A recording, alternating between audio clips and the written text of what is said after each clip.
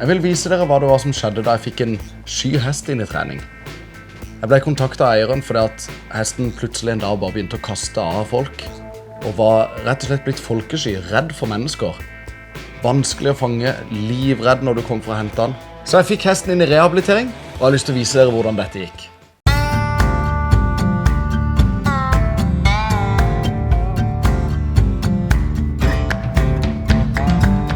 Dette Hawk Horsemanship.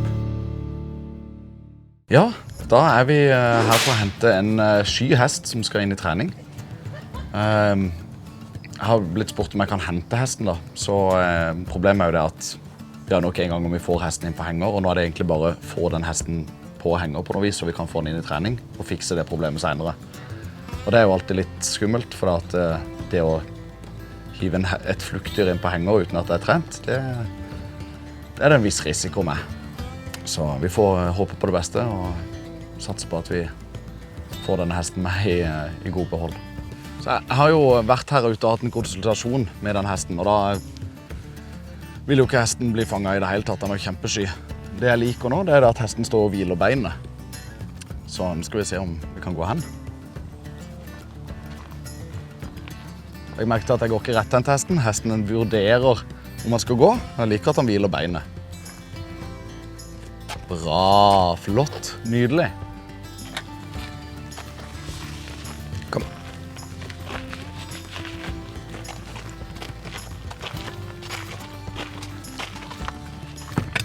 Så greit, det var jo null problem.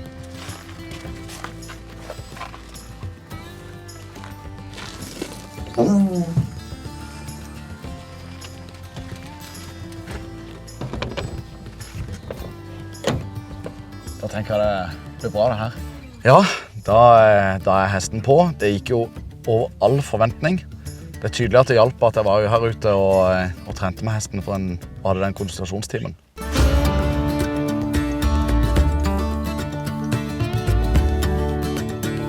Da vi endelig hjemme. Hesten med, og det her gikk jo over all forventning. Det virkelig, virkelig bra. Så nå jeg spent på prosessen videre. Skal vi ta oss og hive den inn i roundpen og la den stå der og hvile litt før vi hiver den ut i noen flokk.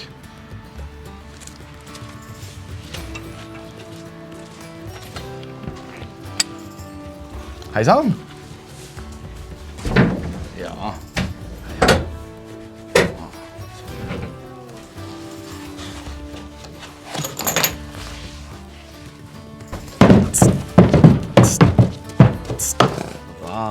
Sånn, ja.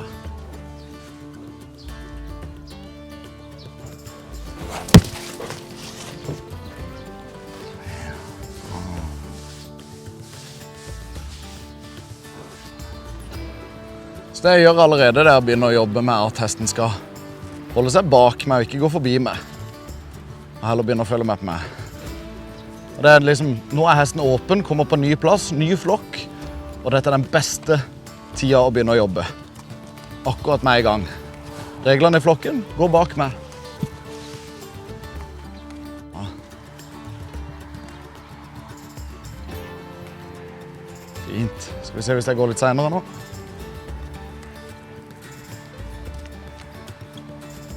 Og der sier jeg ifra. Hei, hei, ikke gå forbi meg. Alt jeg gjør bare vifte tauet foran. Bra, og viser at hei, hei, hei. Ikke din fiende. Gi meg det andre øyet ditt. Bra. Ja.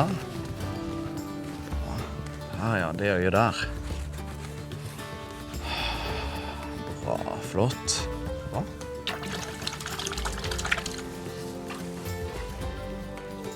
Bra. Ja. Da har vi vært her inne og kikket. Flott.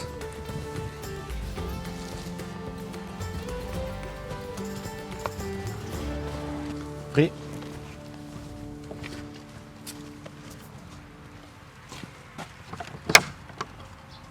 Sånn. Da var hesten på plass.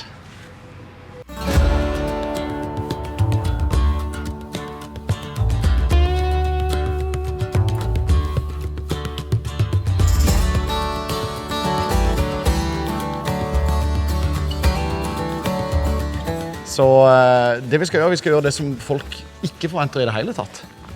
Vi skal få tillit ved hjelp av respekt. Det viktigste for en hest er å finne ut av hvor er min plass i flokken. Ikke sant? Det er det ultimate for en hest, er å finne ut av hvordan fungerer flokken min. Og nå er hesten på et helt nytt sted, en helt ny flokk.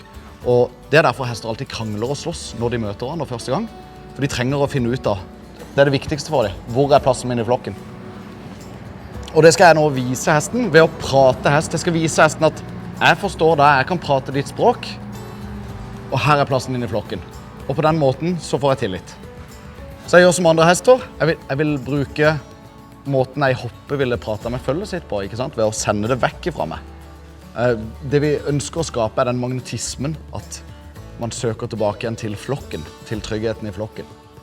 Så vi ber hesten om å gå vekk i stedet for. Gå vekk fra meg når jeg tar et kroppsspråk som sier vekk. Jeg peker ut, og sender deg vekk. Jager. Her, ja. Ja. Bra, slikking og tygging, det er første tegn. Nydelig. Vi ber hesten gå vekk noen runder. Avvisende kroppsspråk. Bra. Her er det viktig med hvor vi retter kroppen. Bra, der kom tegn nummer 2, nydelig. Bra, se her at vi får en mindre sirkel, veldig bra. Vi får blunking med øynene, enda et tegn, nydelig. Nå ber vi hesten vende retning. Kom igjen. Bra. En gang til, gå vekk fra meg. Ja, hold den rumpa under meg. Du ser hesten venter fint, men slapper for mye av med å gi meg bakparten. Og det skal jeg nå begynne å lære hesten at nei. Jeg vil ha øynene dine og ikke bakparten. Bra, masse blunking med øynene, det er flott. Nydelig. Jeg tar av litt på presset. Bra, da fikk vi flere tegn, nydelig. Og se på oss alltid det lure. Og sånn kan vi lære hesten til å lære seg selv å fange oss i stedet for at vi skal fange hesten. Ok, da ber vi om en ny retning. Jeg peker ut. Bra. Tar av presset med øynene riktig.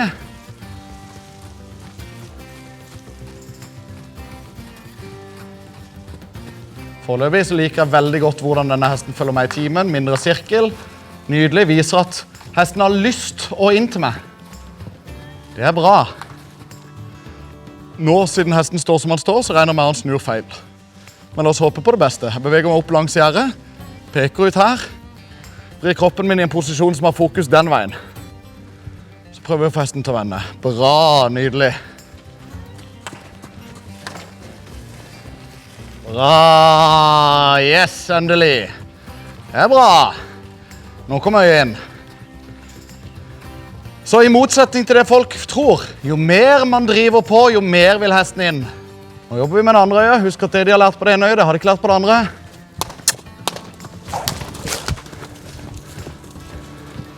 Bra. Så peker vi ut. Bra. Nydelig. Det begynner å skje ting. Det er det som er viktig for folk å forstå. Hvor mye press skal man legge på? Akkurat så mye som må til, aldri mer. Men alltid nok. Hvis du gir for lite også, så bare plager du hesten. Får ingenting ut av det. Det er viktig at vi fortsetter akkurat nok til å få en forandring i adferd. Men aldri mer.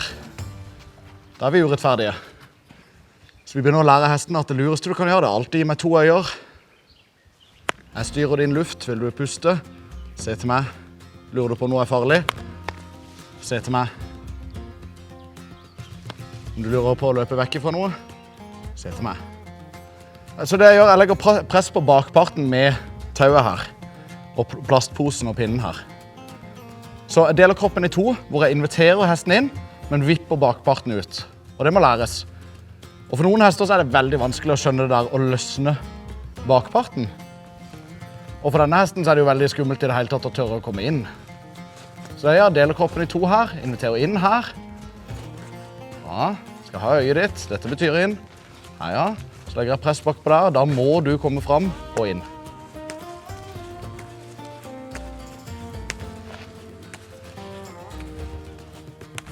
Ja.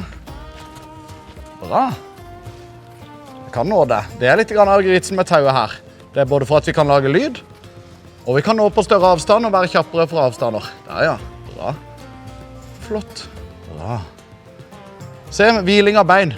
Folk tenker det at når du legger på så mye press, så vil hesten bli redd deg. Nei. Motsatte skjedde jo hesten begynte å hvile beinet. For jeg kontrollerer ting. Bra, godt valg. Godt valg.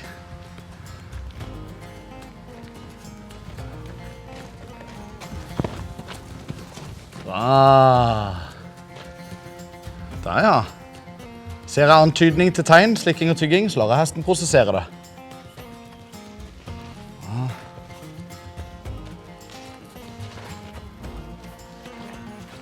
Bra, ja. Sånn. Ok, da har vi satt på hesten Grim igjen, og nå går vi til å jobbe mer med tillit. Så denne første dagen blir ganske intens for denne hesten. I og med at han er så sky, så setter vi bare reglene på plass. Sånn fungerer alt her. Du skal slappe av, du må finne deg i dette, og så videre. For det er hestens største ønske, og i hvert fall når det kommer en ny flokk. Hva er reglene i denne flokken? Så vi legger det ut dag 1. Her er reglene. Og så lever vi de dag for dag, og da vil hesten slappe mer og mer av og si at ok, sånn fungerer verden. Så det vi gjør nå gjør vi litt av det jeg gjorde på en konsultasjonstime. Vi fortsetter med tillit og viser hesten at vi ønsker ikke å gjøre han vondt, og han trenger ikke å være redd for ting som ser voldsomt og skummelt ut. Så vi jobber med tillit. Vi jobber med desensitivisering, som det heter. Ja. Sånn. Det var jo dritskummelt, ikke sant? Men alt jeg gjør er å bare kose. Du trenger ikke være redd for meg, du trenger ikke være redd for utstyret mitt. Denne lange armen min, denne lange hestehalen min, den ser litt annerledes ut enn din, men det er alt han er. Gjør ikke vondt. Gi meg et tegn, der kom det. Bra. Bakbeinet som går opp til hvile. Bra. Og all det adrenalinet som ligger ut på kroppen på denne hesten her, det skal ut, og det skal vekk, og det skal trenes til å være noe annet enn reaksjoner. Bra. Eller i hvert fall til å ikke være feil reaksjoner. Bra. Så bytter vi øye. Bra. Nydelig. Jeg elsker beina dine. Bra. Sånn, da gjør jeg noe annet. Ting som går vekk, det er jo sjelden noe som er skummelt. Så det jeg gjør, jeg går vekk fra hesten, mens jeg gjør sånn. Prøver å få hesten til å jage det som er skummelt. For å øke selvtillit, ikke sant? Det som han er redd for, det flytter seg når han går mot det. Bra. Sånn. Dra litt grima og får hesten til å gå ordentlig frem mot det som skremmer han. Bra. Og ser at jeg går vekk, og posen og dette tauet og alt mulig som lager lyd, det går vekk. Bra. Bare gå mot det. Face det du er redd for. Ikke løp ifra problemene dine. Face det. Bak igjen og kose. Ting som kommer overraskende er skummelt. Så det er bra, da kommer vi til å overraske deg litt hver dag. Bra. Flott. Vi øker dette her litt grann.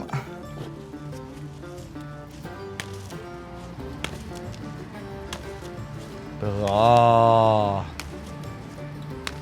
Nydelig. Bra.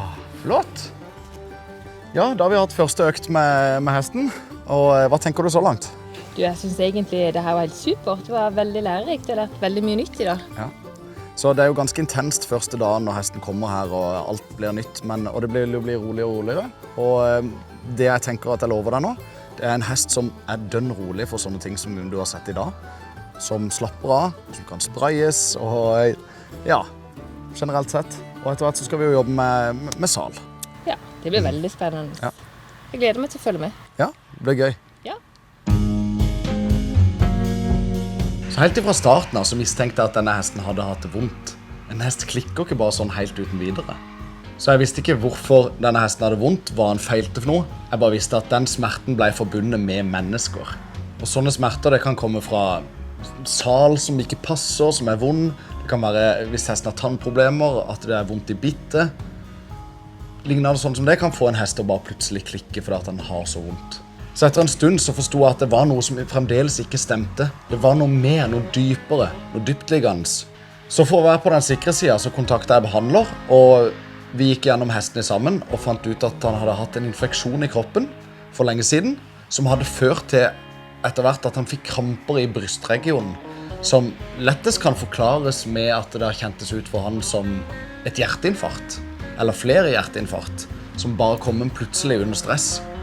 Og det har jo mildt sagt vært veldig vondt. Disse smertene hadde vært der lenge.